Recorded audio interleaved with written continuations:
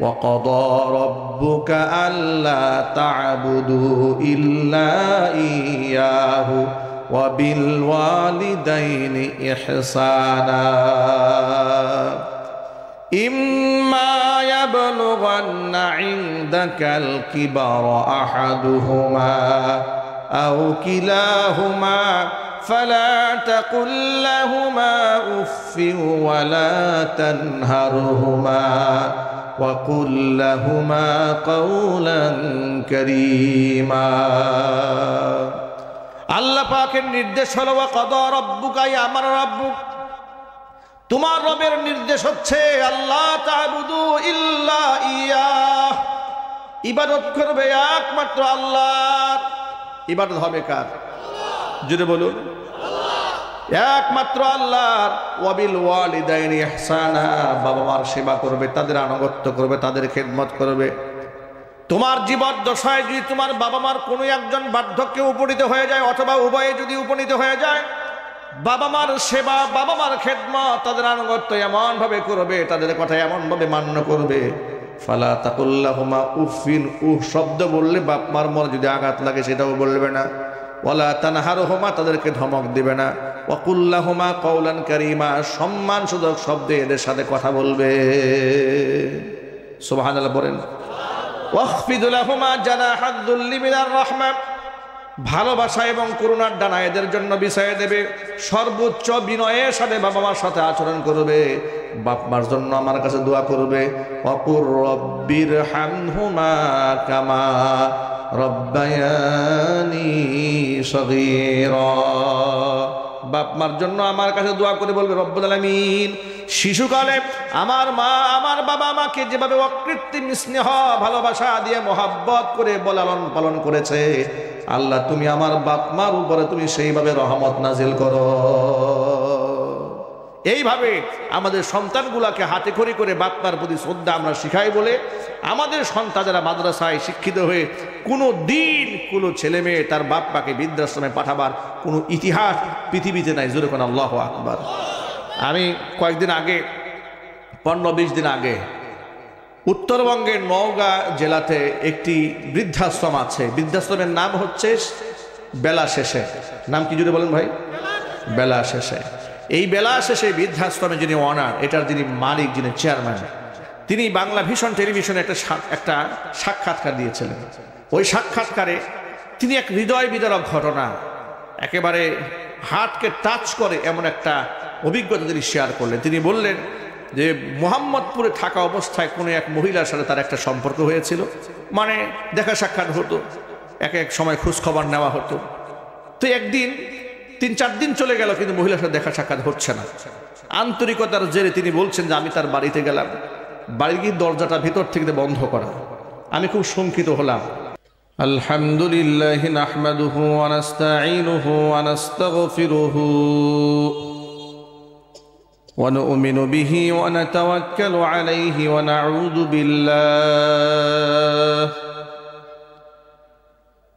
নাউযু বিল্লাহি মিন শুরুরি আনফুসিনা ওয়া মিন সাইয়্যাতি আ'মালিনা।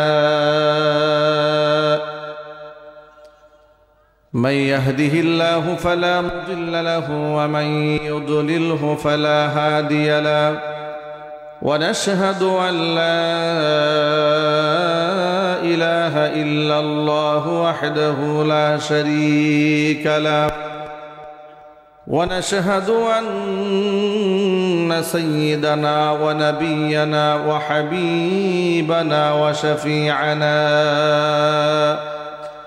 ومولانا محمدا عبده ورسوله الذي أرسله بالحق بشيرا ونذيرا وداعيا إلى الله بإذنه وسراجا منيرا. أما بعد فأعوذ بالله من الشيطان الرجيم. بسم الله الرحمن الرحيم. الرحيم إن الله وملائكته يصلون على النبي يا أيها الذين آمنوا صلوا عليه وسلموا تسليما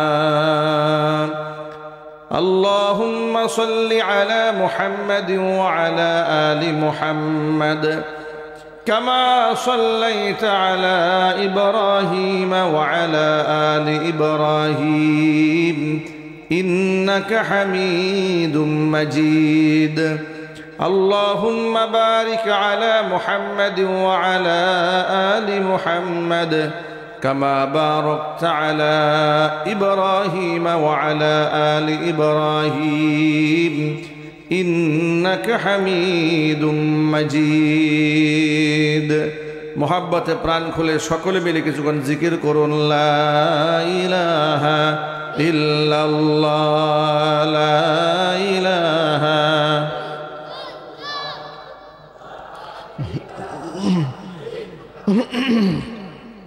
لا إله إلا الله لا إله إلا الله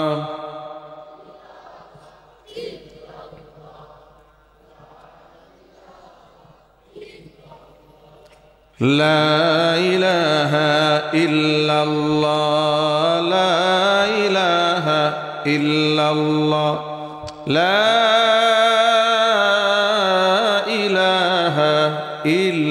ইল্লাল্লাহু মুহাম্মাদুর রাসূলুল্লাহ সাল্লাল্লাহু আলাইহি ওয়াসাল্লাম। খাতুনে জান্নাত রাদিয়াল্লাহু তাআলা আনহা দাওরায়ে হাদিস মহিলা মাদ্রাসা ও বাগে জান্নাত হিফজুল কোরআন মাদ্রাসার উদ্যোগে আয়োজিত খতমে বুখারী 11তম বার্ষিক ওয়াজ ও দোয়া মাহফিল উপলক্ষে আজকের এই ওয়াজ মাহফিলের সম্মানিত সভাপতি জনাব মোহাম্মদ মাহবুবুল আলম মামুন সাহেব, বিশিষ্ট ব্যবসায়ী ও সমাজসেবক, চুনকুটিয়া চেয়ারম্যান বাড়ি, কেরানীগঞ্জ, ঢাকা। আল্লাহ তাআলা তার নেক হায়াত দারাজ করুন। খাতুনে জান্নাত রাদিয়াল্লাহু তাআলা আনহা দাওরায়ে হাদিস মহিলা মাদ্রাসা এবং বাগে জান্নাত হিফজুল কোরআন মাদ্রাসাকে আল্লাহ তাআলা কিয়ামত পর্যন্ত কবুল করুন। মাদ্রাসা দয়ের সমস্ত হাজাত আল্লাহ তাআলা তার গায়বে খাজানা থেকে মিটিয়ে দিন। অত্র এলাকার সমস্ত মুর্দিগানের কবরে আযাব আল্লাহ তাআলা কিয়ামত পর্যন্ত বন্ধ করে দিন। কাল হাসরের কঠিন ময়দানে এই আয়োজন আল্লাহ তাআলা আমাদের সকলের নাজাতের জারিয়া হিসেবে কবুল করেন। প্রিয় ভাইরা, মহিলা মাদ্রাসা দাওরায়ে হাদিস পর্যন্ত মেয়েরা আলেমা হয়েছে। ইসলামে মেয়েদেরও অনেক সম্মান আছে। সামাজিক প্রেক্ষাপটে যদিও নারীরা বৈষম্যের শিকার হয়েছে অনেক ক্ষেত্রে, কিন্তু এই বৈষম্য নারীদের সাথে ইসলাম করে নাই। এ সমাজের মানুষেরা করেছে, কোরআন করে না, ইসলাম করেনি। সমাজের মানুষ করেছে মূর্খতার কারণে, জেহালাতের কারণে। তারা মানুষের সাথে, মেয়েদের সাথে তারা বৈষম্য করেছে, যার দরুন এই সমাজ প্রেক্ষাপটে দেখা যায় ছেলেদের পেছনে টাকা ঢেলে তাকে প্রতিষ্ঠিত করার পেছনে বাপ মাদের কোনো ক্লান্তি থাকে না, কিন্তু মেয়েদের পেছনে তাকে আলেম বানাতে, হাফেজা বানাতে কিংবা শিক্ষিত বানাতে বাপ মাদের অনেক ব্যাগ পেতে হয়। অনেক সময় বাপ মা মুখ খুলে বলেই ফেলে, তোকে আর পড়াশোনা করিয়ে এত উচ্চ শিক্ষিত বানিয়ে আমাদের লাভ কি, দুদিন পরে তো পরের বাড়ি যেতেই হবে, ইত্যাদি ইত্যাদি বলে নারীদের উপর বাপ মাই বৈষম্য করে বসে থাকে। কথা বলতে হবে, ঠিক কিনা বলেন? আদর এবং ভালোবাসার ক্ষেত্রে মেয়েদের সাথে বৈষম্য করা হয়। মেয়েদেরকে তুলনামূলক কম আদর ভালোবাসা লোকেরা করে থাকে অনেক ক্ষেত্রে। আমার নিকটতম এমন আত্মীয় আমি দেখেছি, প্রথমবার কন্যা সন্তানের বাবা হয়েছে, দ্বিতীয়বার কন্যা সন্তান হয়েছে, হওয়ার পর থেকে নিজের শ্বশুর বাড়ির সাথে সম্পর্ক নষ্ট হয়েছে, স্ত্রীর সাথে সুসম্পর্ক নষ্ট হয়েছে।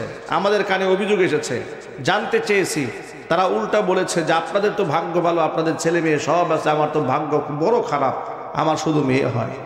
ঘৃণার সাথে বলেন নাউজুবিল্লাহ, আর চিৎকার দিয়ে বলেন নাউজুবিল্লাহ।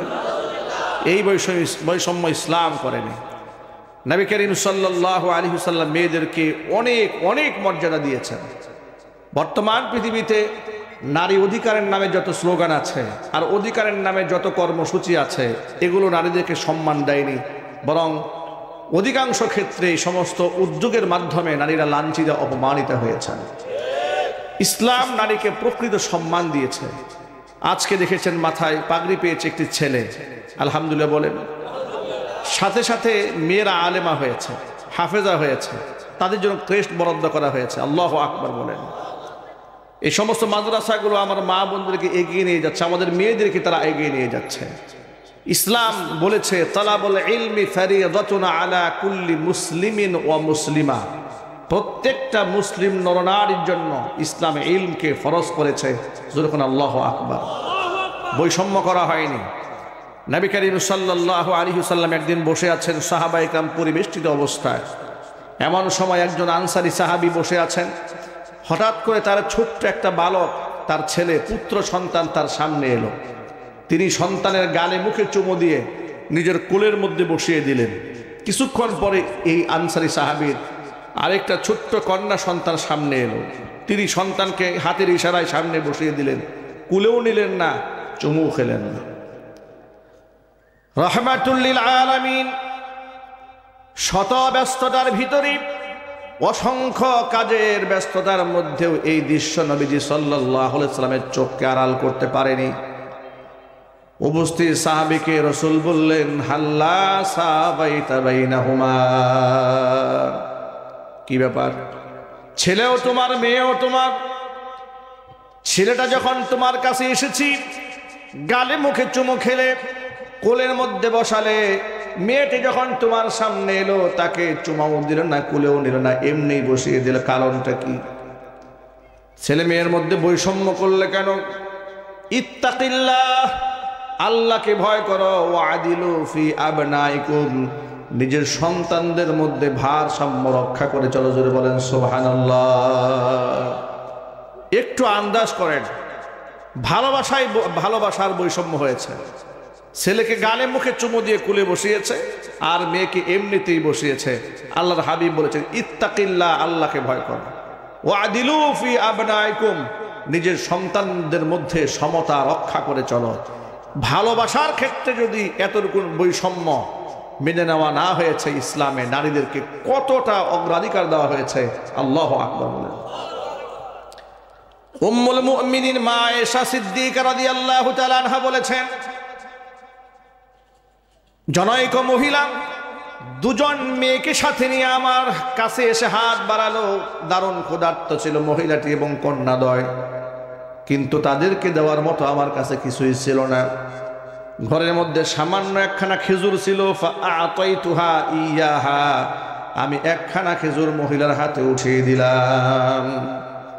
আমি মহিলার দিকে তাকিয়ে দেখলাম, ফাকাসসামাতহা বাইনাহুমা, মহিলাটি একটি খেজুর টুকরা করে দুটা ভাগ করে দুই মেয়েকে সে খাওয়ালো। ওয়ালাম তাকুল মিনহা শাইআ, কিন্তু নিজে ক্ষুধার্ত থাকা অবস্থায় নিজে কিছুই খেলো না। একজন মা তার মেয়ের উপর যে দরদটা দেখালো, যে আন্তরিকতার বহিঃপ্রকাশ ঘটিয়েছি, দৃশ্যটা আমার হৃদয়ে রেখাপাত করেছে। মহিলাটি যখন চলে গেছে, নবী করিম সাল্লাল্লাহু আলাইহি ওয়াসাল্লাম যখন আমার হুজুরখানায় এসেছে, আল্লাহর হাবিবের কাছে ঘটনার বর্ণনা করলাম। হে রাসূল, একজন মহিলা এসেছিল আমার কাছে ক্ষুধার্ত পরিশ্রান্ত অবস্থায়, তাকে আমি একটা মাত্র খেজুর দিলাম। মহিলাটি খেজুর টুকরা করে কন্যাদেরকে খাইয়ে দিয়েছে, নিজে কিছুই খেলো না, বড় কষ্ট করেছে। এই কথা শোনার পরে আল্লাহর হাবিব বললেন, মানবতুলিয়া বিহাদিহিল বানাত, আল্লাহর নবী সাল্লাল্লাহু আলাইহি ওয়াসাল্লাম বলেছেন, এই সমস্ত কন্যা সন্তানদের দ্বারা দুনিয়াতে যে বাবা মা পরীক্ষার সম্মুখীন হয়, এর মানে হচ্ছে যাদেরকে আল্লাহ তাআলা কন্যা সন্তান দান করেন, কুন্না লাহু সিতরাম মিনান নার, কিয়ামতের দিন এই কন্যা সন্তানগুলা বাপ মার জন্য ঢাল হয়ে সামনে দাঁড়িয়ে যাবে, বাপ মাকে জাহান্নামের আগুনে পড়তে দেবে না।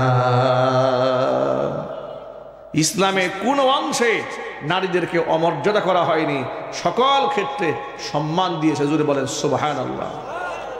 আল্লাহর নবী বলেছেন, যে ঘরের মধ্যে প্রথম কন্যা সন্তান হয় ওই ঘরের জন্য আল্লাহর রহমতের সবগুলি দুয়ার আল্লাহ উন্মুক্ত করে দেন। নবীজি এও বলেছেন, যার 3টি কন্যা সন্তান আছে, ওই 3 কন্যা সন্তানকে যদি বাবা আদব শেখায়, দিন শেখায়, সৎ পাত্রস্থ করে, কিয়ামতের দিন 3 কন্যার বাবা আর আমি মুহাম্মদ সাল্লাল্লাহু আলাইহি ওয়াসাল্লাম জান্নাতের মধ্যে এরকম পাশাপাশি থাকব।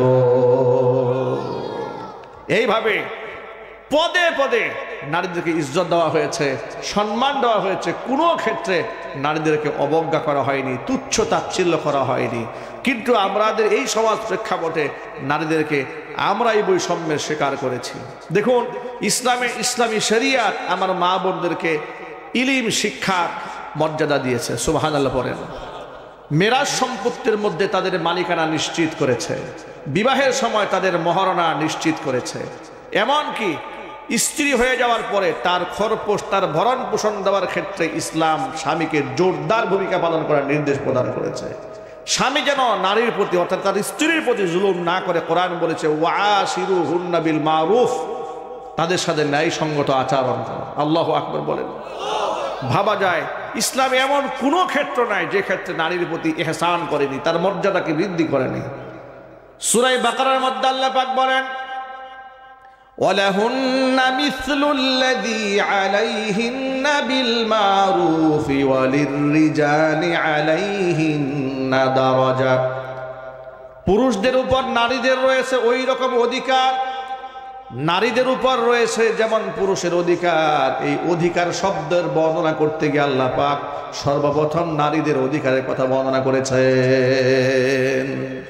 তবে আয়াতের শেষাংশে আল্লাহ বলেছেন ওয়ালিররিজালি আলাইহিন্না দারাজা, তবে নারীদের উপর পুরুষের ভিন্ন একটা প্রাধান্য আছে।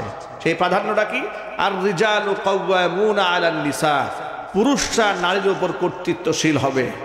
নেতৃত্বের গুণ আল্লাহ তাআলা পুরুষকে দান করেছেন। জোরে কোন আল্লাহু আকবার। এই যে নেতৃত্ব এবং কর্তৃত্ব আল্লাহ পাক পুরুষকে দিলেন, এর মধ্যে নারীর কল্যাণ নিহিত আছে। দেখুন, নারী কর্ম করে খেতে পারবে, পুরুষ কর্ম করে খাবে, কিন্তু নারী এবং পুরুষের কর্মসংস্থান সম্পূর্ণ ভিন্ন এবং আলাদা। কারণ একটা পুরুষ যে কাজ করতে পারে সেই কাজ নারী করতে পারবে না, আবার নারী যে কাজ করতে পারে সেই কাজ পুরুষে করতে পারবে না। কেউ যদি বলে আমরা নারী পুরুষকে সমান অধিকার দেব, এটা কি কোনোদিন সম্ভব? আরো যদি বলেন ভাই, নারী পুরুষকে আপনি সমান কি করে করবেন যেখানে পুরুষেই পুরুষের সমান হওয়া কোনোদিন সম্ভব নয়? বাবা আর ছেলে সমান হতে পারে? শিক্ষক এবং ছাত্র কোনোদিন সমান হতে পারে? ইমাম আর মুক্তাদি কোনোদিন সমান হবে? বড় ভাই ছোট ভাই কোনোদিন সমান হয়? যদি সমান করতে মনে চায় তাহলে কি করতে হবে? 10 বছরের ছেলে আছে আপনার একজন, আর একটা আছে 2 মাসের ছেলে। যদি আপনি সমান অধিকার বলেন তাহলে 10 বছরের ছেলেকে গরুর গোশত খাওয়াতে হবে, 2 বছরের বাচ্চাকে গরুর গোশত খাওয়াতে হবে। অথবা 2 মাসের বাচ্চাকে আপনি যেমন দুগ্ধ খাওয়াবেন, 10 বছরের ছেলেকে শুধু দুধ খাওয়াবেন, অন্য কিছু খাওয়াতে পারবেন না। কি এটা কি সম্ভব কোনোদিন? তাহলে পুরুষেই পুরুষের যেখানে সমানভাবে বন্টন করা সম্ভব নয়, সেখানে নারী পুরুষ সম অধিকার, এটা একটা পাগলামি কথা ছাড়া, একটা প্রতারণামূলক কথা ছাড়া আর কিছুই হতে পারে না। আজকে বর্তমান বাস্তবতার প্রেক্ষাপটে আপনারা দেখুন তো, নারী পুরুষের সমান অধিকারের নামে তারা নারীদেরকে কোন পর্যায়ে দাঁড় করিয়েছে? ইউনিভার্সিটিগুলোতে, বিশ্ববিদ্যালয়গুলোকে বেশ্যাবিদ্যালয় বানিয়ে দিয়েছে। রাত 10টার পর থেকে 12টা 1টা পর্যন্ত মেয়েরা গার্লফ্রেন্ড হয়ে বয়ফ্রেন্ডের হাত ধরে ঘুরে বেড়াচ্ছে। প্রকাশ্য দিবালোকে সিনেমার নায়িকারা বলে বেড়াচ্ছে আমরা লিভ টুগেদার করেছি, 1 বছর বিবাহ বহির্ভূত, 1 বছর স্বামী স্ত্রী সুলভ আচরণ করে দেখেছি, তার সাথে বিবাহ করা যাবে কিনা টেস্ট করেছি আগে। এরপরে চেক আপ করার পরে যখন 1 বছর দেখলাম যে বনিমনা ভালোই চলে, এরপরে আমরা বিবাহ করেছি। নাউজুবিল্লাহ বলেন। এই ধরনের কার্যক্রম এগুলা পশ্চিমা বিশ্বে চলে। যাদের মধ্যে ঈমান নাই, দিন নাই, পরকাল নাই, আল্লাহ পরকালের ভরসা নাই, আল্লাহর জাহান্নামের আগুনের ভয় নাই, জান্নাত পাওয়ার আশা নাই, তারা এই ধরনের কুসংস্কার কিংবা এই ধরনের অপসংস্কৃতি লালন করতে পারে। একজন মুসলমান কি এগুলো করতে পারে? তারা নারী পুরুষের সমান অধিকারের নামে নারীদেরকে পতিতা বানিয়ে ছেড়ে দিয়েছে, ভোগ্যপণ্য বানিয়ে ছেড়েছে। ইসলাম নারীকে ভোগ্যপণ্য বানায়নি, ইসলাম নারীদেরকে মায়ের মর্যাদা দিয়েছে। এই যে আমাদের মাদ্রাসাগুলোতে আমাদের মাদেরকে, আমাদের বোনদেরকে, আমাদের মেয়েদেরকে এত তাদেরকে সম্ভ্রম শেখানো হয়েছে, তারা পর্দায় চলে, হিজাব পরে, পর্দা চলে, পরে নকাব পরে, এমনভাবে চলে যত বড় একটা বাজে ছেলেই হোক না কেন তার দিকে কুনজরে তাকাবার কোনো সুযোগ নাই। আলহামদুলিল্লাহ বলেন, জুড়ে বলেন আলহামদুলিল্লাহ। বর্তমান প্রেক্ষাপটে আমি আমার সকল গার্জেনদেরকে বলি, প্রত্যেকটা মুসলমানের কন্যাকে উচিত মাদ্রাসার প্রাথমিক শিক্ষা দেওয়ার পরে স্কুল কলেজ বিশ্ববিদ্যালয় শিক্ষা দেওয়া। আর এখন তো আলহামদুলিল্লাহ মাদ্রাসাগুলো এত অ্যাডভান্স হয়েছে, সেই মাদ্রাসার মধ্যে শুধুমাত্র কোরআন আর সুন্নাহ পড়েই ক্ষান্ত করানো হচ্ছে না, তাদেরকে আধুনিক শিক্ষায় শিক্ষিত করা হচ্ছে, জেনারেল শিক্ষা দেওয়া হচ্ছে, তারা চতুর্মুখী জ্ঞানী হচ্ছে। আলহামদুলিল্লাহ বলেন। আপনারা শুনে খুশি হবেন, এই মাদ্রাসাগুলোর মধ্যে ছোট্ট ছোট্ট বাচ্চারা যখন মক্তবে পড়ে, যেমন আমাদেরও মাদ্রাসা আছে, আমাদের মক্তবের বাচ্চাদের হাতের লেখা দেখলে আপনারা হতবাক হয়ে বিস্ময় নেত্রে শুধু তাকিয়ে থাকেন। ছোট্ট ছোট্ট বাচ্চারা যা আরবি লেখে, ইংরেজি লেখে, বাংলা লেখে, তাদের হাতের লেখার এত সুন্দর কারিকুলামে তারা হাতে লেখে। আপনার হাতের লিখনি দেখলে মনে হবে এটা নিশ্চয়ই এসএসসি বা এইচএসসি পাস করা কোনো ছেলে মেয়ে লিখেছে। ক্লাস 1-2 বাচ্চারা মাদ্রাসা থেকে এইভাবে হাতে করে তাদেরকে সবক শেখানো হচ্ছে। আল্লাহু আকবার বলেন। এর থেকেও বড় কথা হচ্ছে, আমার সন্তান হচ্ছে আমার চোখের শীতলতা। আমার সন্তানকে যখন আমি দিন শেখাচ্ছি, আমার সন্তান ইয়াবাকুর হবে না, মাস্তান হবে না, ডাকাত হবে না, খুনি হবে না, সন্ত্রাস হবে না, এলাকাবাসীর জন্য ত্রাস হবে না, সে টেন্ডারবাজি করবে না, চান্দাবাজি করবে না, লম্বা লম্বা চুল রেখে অস্ত্র নিয়ে রাতের বেলায় মানুষের গলায় ছুরি চালাবে না। ঠিক কিনা যদি বলেন? সর্বোপরি আমার সন্তান আমার জীবনের শেষ মুহূর্তে আমাকে বৃদ্ধাশ্রমে পাঠিয়ে আমাকে কুকুর বিড়ালের সাথে জীবনের শেষ মুহূর্ত কাটাবার মতো এমন নিকৃষ্ট, বাস্তবিক অর্থে এত জঘন্যতম জীবনযাপনের সম্মুখীন আমাকে সে করবে না। আল্লাহর কসম করে বলতে পারি, আমি শতবার কসম করলেও আমাকে কাফারা দিতে হবে না। মাদ্রাসা পড়ুয়া সন্তানগুলো পিতা মাতার প্রতি আনুগত্যশীল কেন হয়? কারণ বাচ্চাদেরকে হাতে করে আমরা শিখাই দেই, وَقَضَى رَبُّكَ أَلَّا تَعْبُدُوا إِلَّا إِيَّاهُ وَبِالْوَالِدَيْنِ إِحْسَانًا إِمَّا يَبْلُغَنَّ عِندَكَ الْكِبَرَ أَحَدُهُمَا أَوْ كِلَاهُمَا فَلَا تَقُل لَّهُمَا أُفٍّ وَلَا تَنْهَرْهُمَا وَقُل لَّهُمَا قَوْلًا كَرِيمًا। আল্লাহ পাকের নির্দেশ হলো, ওয়াকাদা রাব্বুকা, আমার রব্বুক, তোমার রবের নির্দেশ হচ্ছে আল্লাহ তা'বুদু ইল্লা ইয়্যাহ, ইবাদত করবে একমাত্র আল্লাহর। ইবাদত হবে কার? জুড়ে বলুন, একমাত্র আল্লাহর। ওয়াবিল ওয়ালিদাইনি ইহসানা, বাবা মার সেবা করবে, তাদের আনুগত্য করবে, তাদের খেদমত করবে। তোমার জীবদ্দশায় যদি তোমার বাবা মার কোনো একজন বার্ধক্যে উপনীত হয়ে যায়, অথবা উভয়ে যদি উপনীত হয়ে যায়, বাবা মার সেবা, বাবা মার খেদমত, তাদের আনুগত্য এমন ভাবে করবে, তাদের কথা এমন ভাবে মান্য করবে, ফালা তাকুল্লাহুমা উফিন, উহ শব্দ বললে বাপ মার মনে যদি আঘাত লাগে সেটাও বলবে না। ওয়ালা তানহারহুমা, তাদেরকে ধমক দিবে না। ওয়াকুল্লাহুমা কওলান কারীমা, সম্মানসূচক শব্দে এদের সাথে কথা বলবে। সুবহানাল্লাহ বলেন।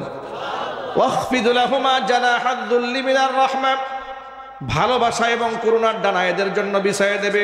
সর্বোচ্চ বিনয়ের সাথে বাবা মার সাথে আচরণ করবে, বাপ মার জন্য আমার কাছে দোয়া করবে। ওয়াকুর রব্বিরহামহুমা কামা রব্বায়ানি সগীরা, বাপ মার জন্য আমার কাছে দোয়া করে বলবে, রব্বুল আলামিন, শিশুকালে আমার মা আমার বাবা আমাকে যেভাবে অকৃত্রিম স্নেহ ভালোবাসা দিয়ে মোহাব্বত করে লালন পালন করেছে, আল্লাহ তুমি আমার বাপ মার উপরে তুমি সেইভাবে রহমত নাজিল করো। এইভাবে আমাদের সন্তানগুলাকে হাতে করে বাপ মার প্রতি শ্রদ্ধা আমরা শিখাই বলে আমাদের সন্তান যারা মাদ্রাসায় শিক্ষিত হয়ে কোনো দিন কোনো ছেলে মেয়ে তার বাপ মাকে বৃদ্ধাশ্রমে পাঠাবার কোনো ইতিহাস পৃথিবীতে নাই। জোরে কোন আল্লাহু আকবার। আমি কয়েকদিন আগে, 15-20 দিন আগে, উত্তরবঙ্গের নওগাঁ জেলাতে একটি বৃদ্ধাশ্রম আছে। বৃদ্ধাশ্রমের নাম হচ্ছে বেলা শেষে। নাম কি জুড়ে বলেন ভাই? বেলা শেষে। এই বেলা শেষে বৃদ্ধাশ্রমে যিনি ওনার, এটার যিনি মালিক, যিনি চেয়ারম্যান, তিনি বাংলা ভিশন টেলিভিশনে একটা সাক্ষাৎকার দিয়েছিলেন। ওই সাক্ষাৎকারে তিনি এক হৃদয় বিদারক ঘটনা, একেবারে হার্টকে টাচ করে এমন একটা অভিজ্ঞতা তিনি শেয়ার করলেন। তিনি বললেন যে মোহাম্মদপুরে থাকা অবস্থায় কোনো এক মহিলার সাথে তার একটা সম্পর্ক হয়েছিল, মানে দেখা সাক্ষাৎ হতো, এক এক সময় খোঁজখবর নেওয়া হতো। তো একদিন 3-4 দিন চলে গেল, কিন্তু মহিলার সাথে দেখা সাক্ষাৎ হচ্ছে না। আন্তরিকতার জেরে তিনি বলছেন যে আমি তার বাড়িতে গেলাম, বাড়ি গিয়ে দরজাটা ভিতর থেকে বন্ধ করা। আমি খুব শঙ্কিত হলাম, প্রশাসনকে খবর দিলাম, লোকেরা আসলো, দরজা ভেঙে ভিতরে ঢুকলাম, গিয়ে দেখি মহিলা বৃদ্ধ মানুষ একদম পেশাব পায়খানা করে অর্ধ প্যারালাইজড অবস্থায় একাকী বিছানায় শুয়ে আছে। এই অবস্থায় তাকে আমরা ঢাকা মেডিকেল কলেজ হসপিটালে নিলাম, তাকে চিকিৎসা করালাম। তিনি ভালো করে কথা বলতে পারতেছেন না, বৃদ্ধ হয়েছে, নাকি বয়সের ভারে নুয়ে গেছেন। শুনতে পেলাম যে তার সন্তান 2 ছেলে ডাক্তার, বিদেশে সেটেল। কয় ছেলে? 2 ছেলে, 2 ছেলে ডাক্তার, বিদেশে সেটেল হয়েছে। যে কোনো ক্রমে আমরা তাদের নাম্বার সংগ্রহ করে বিদেশ যোগাযোগ করেছি। মৃত্যু সজ্জায় শায়িত মাকে তারা বিদেশ থেকে দেখতে এসছে। অনেক লম্বা করে সে বলেছে, আমি সংক্ষেপে বলে দিচ্ছি। দেখতে এসে মহিলা বলছে, এই বৃদ্ধাশ্রমের যিনি চেয়ারম্যান তিনি বলছেন, আমি প্রথম দেখলাম সন্তানরা মায়ের সাথে সাক্ষাৎ করে প্রথম যে কাজটা করেছে, তারা কিছু দলিলপত্র নিয়ে আসছে, স্টাম্প নিয়ে আসছে। স্টাম্প নিয়ে এসে মৃত্যু সজ্জায় শায়িত মায়ের হাত থেকে টিপসই নিয়ে জমি জামা যা ছিল সব লিখে নিয়েছে। লিখে নেওয়ার পরে এই সন্তান দুটো, এই বৃদ্ধাশ্রমের মালিক যিনি, তাকে বললেন যে আপনি আমার বোনের মতো, আমার মাকে মায়ের মতো দেখবেন, তার পেছনে যত টাকা খরচ করতে হয় আমরা সব বিদেশ থেকে পাঠাবো, যেহেতু আমরা বিদেশ থাকি, মায়ের দেখাশোনা করা আমাদের সম্ভব নয়। এই কথা বলে উনি বলছেন, এই কথা বলে ছেলেদ্বয় এই যে দেশ থেকে পালালেন, বিদেশে চলে গেলেন, তার মা দুনিয়া থেকে মরে গেছেন। আমি তাকে মায়ের মতো করে লালন পালন করেছি, জীবনের শেষ মুহূর্ত পর্যন্ত আমি নিজের মায়ের মতো তাকে বৃদ্ধাশ্রমে সেবা করেছি। সে ইন্তেকাল করেছে। তারা জীবনে একটিবার ফোন দিয়ে জিজ্ঞেস করেন আমার মাটা মরে গেছেন না বেঁচে আছে। 2 ছেলে ডাক্তার, নাউজুবিল্লাহ বলেন। এটা বোঝার জন্য আপনাকে মহাজ্ঞানী বিজ্ঞানী হতে হবে না, অনেক বড় দার্শনিক হতে হবে না, অনেক বড় সাহিত্যিক হতে হবে না, আগে নাসা বিজ্ঞান গবেষণাগারে গিয়ে আপনাকে ধ্যান করতে হবে না। কমন একটা বিষয়, এরকম অসংখ্য বাস্তবতা আমাদের চোখের সামনে হাজার হাজার আছে। কি নাই? জুড়ে বলতে হবে নাই? আপনি ওই যে আমাদের গাজীপুরে মণিপুরে বৃদ্ধাশ্রম আছে, উত্তরাতে বৃদ্ধাশ্রম আছে, আপনারা যান, গিয়ে দেখবেন সেখানে বড় বড় ডাক্তারদের মা আছে, ইঞ্জিনিয়ারদের মা আছে, ব্যারিস্টারদের মা আছে, সাহিত্যিকদের মা আছে, বড় বড় সরকারি অফিসারদের বাপ মা আছে। আল্লাহর কসম, একটা হাফেজের বাপ মা খুঁজে পাবেন না, একটা আলেমের বাবা মা খুঁজে পাবেন না। যদি বলতে হবে, ঠিক কিনা বলেন? এর দ্বারা বোঝা যায় ওরা শিক্ষিত হয়েছে, কিন্তু ওরা মানুষ হতে পারে নাই। মানুষ হতে গেলে আল্লাহ পাকের কোরআনের শিক্ষায় শিক্ষিত হতেই হবে। যদি বলতে হবে, ঠিক কিনা? এই যে আমাদের মেয়েরা আজকে আলেমা হয়েছে, আলহামদুলিল্লাহ বলেন। তারা যে আলেমা হলেন, তারা শুধু আলেমা হয় না, তারা আবেদা হয়েছেন, জাহেদা হয়েছেন। তারা যে স্বামীর সংসারে যাবে, সেই স্বামীর সংসারে আল্লাহ রাব্বুল আলামিনের রহমত দিয়ে আল্লাহ পাক ভরপুর করে দেবেন। তারা যে মা হবেন, তারা একজন পর্দাশীল মা হবেন, দিনদার মা হবেন, রক্ষণশীল মা হবেন তারা। ওই যে আমাদের দেশের এক তরুণ ক্রিকেটার, তিনি বলেছিলেন, যারা বিশ্ববিদ্যালয়ে যে সমস্ত মেয়েরা ফ্রি মিক্সিং করে, মানে বয়ফ্রেন্ডের সাথে হাত ধরে ঘুরে বেড়ায়, সংসদ ভবনে চীনা বাদাম খায়, বয়ফ্রেন্ডের উরুর মধ্যে মাথা রেখে শুয়ে থাকে, কিংবা তার উরুতে বয়ফ্রেন্ডকে শুয়ে থাকে, এমন কালচারে অভ্যস্ত মেয়েরা ভবিষ্যৎ জীবনে তাদের সন্তানেরা কি পাবে? তারা লজ্জাশীল একটা মা পাবে না। কথা বলতে হবে, ঠিক কিনা বলেন? এই কথাটা বাস্তব না অবাস্তব? এই কথা বলার কারণে এই দেশের ক্রিকেট বোর্ডের সেই বুদ্ধিজীবীরা এবং বাংলাদেশের সুশীল নামক কুলাঙ্গারেরা বলেছিল যে এই ছেলেটার মাথায় সমস্যা দেখা দিয়েছে, যে মৌলবাদ হয়ে গেছে। বাস্তব সম্মত কথা বলার কারণে তাকে মৌলবাদ বলে গালি দিয়েছিল। বিগত স্বৈরাচারের আমলে তারা তো মৌলবাদ, ধর্মের দিকে যাকে দেখতো তাকেই তারা মৌলবাদ বলে গালি দিত। এর একমাত্র মিশন ছিল একটা, ভারতকে খুশি করা। ভারতের রাম বাম প্রভুদেরকে খুশি করার জন্য এদেশে অসংখ্য জঙ্গি নাটক সাজিয়ে ইসলামপন্থী, কোরআনপন্থী মানুষদেরকে তারা জেলখানায় পুরে দিয়েছিল। অসংখ্য আলেম ওলামার নামে মিথ্যা মামলা দিয়ে বছরের পর বছর তারা কারারুদ্ধ করে রেখে দিয়েছিল। 2021 সালে 2600 আলেমের নামে মামলা দিয়ে জেলখানায় পুরে দিয়ে ভারতের মোদীকে খুশি করে সারা জীবনের জন্য চেয়ারে বসে থাকতে চেয়েছিল। আল্লাহ পাক এমন গজব দিয়েছে, 24 সালে তার নৌকা ডুবিয়ে দিয়েছে। আমার যুবক ভাইরা, ধর্মের ছোঁয়া যেখানে থাকবে সেই অঙ্গনটায় আলোকিত থাকবে। ধর্মের ছোঁয়া যেখানে থাকবে না সেখানে কোনোদিন আলো থাকতে পারে না, সেই জায়গা অন্ধকার হয়ে যায়। যদি আপনার ব্যক্তি জীবনে ধর্ম থাকে, আপনার ব্যক্তি জীবনটা আলোকিত হবে।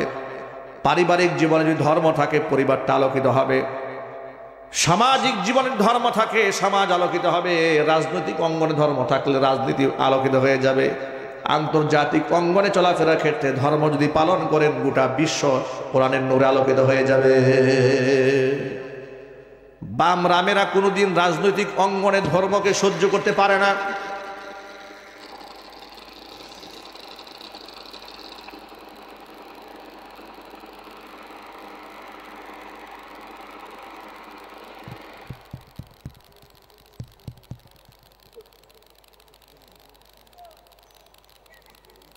কি ব্যাপার?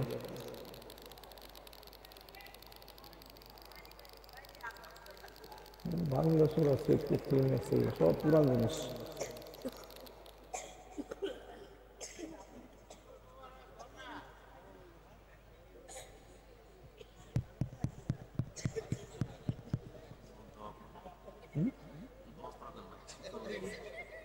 জ্বলে গেছে মনে হয়।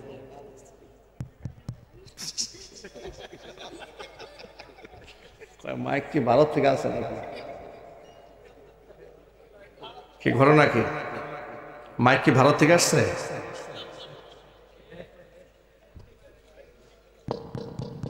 আল্লাহ আল্লাহ হেফাজত করেন, জুকান আল্লাহ আমিন। প্রিয় ভাইরা আমার, ধর্মের ছোঁয়া যেখানে থাকবে সে জায়গাটা আলোকিত থাকবে, যেখানে ধর্ম থাকবে না সেটা অন্ধকারে ডুবে যাবে, ঠিক কিনা বলেন? দেখেন না, ওরা সবসময় বলতো যে রাজনীতির মাঠে ধর্মের কালো ছোঁয়া মুছে ফেলা হবে, জুরুকান নাউজুবিল্লাহ। ধর্মের নাকি কালো ছায়া, কালো ছায়া তো ধর্মের হয় না, ধর্মের তো আলো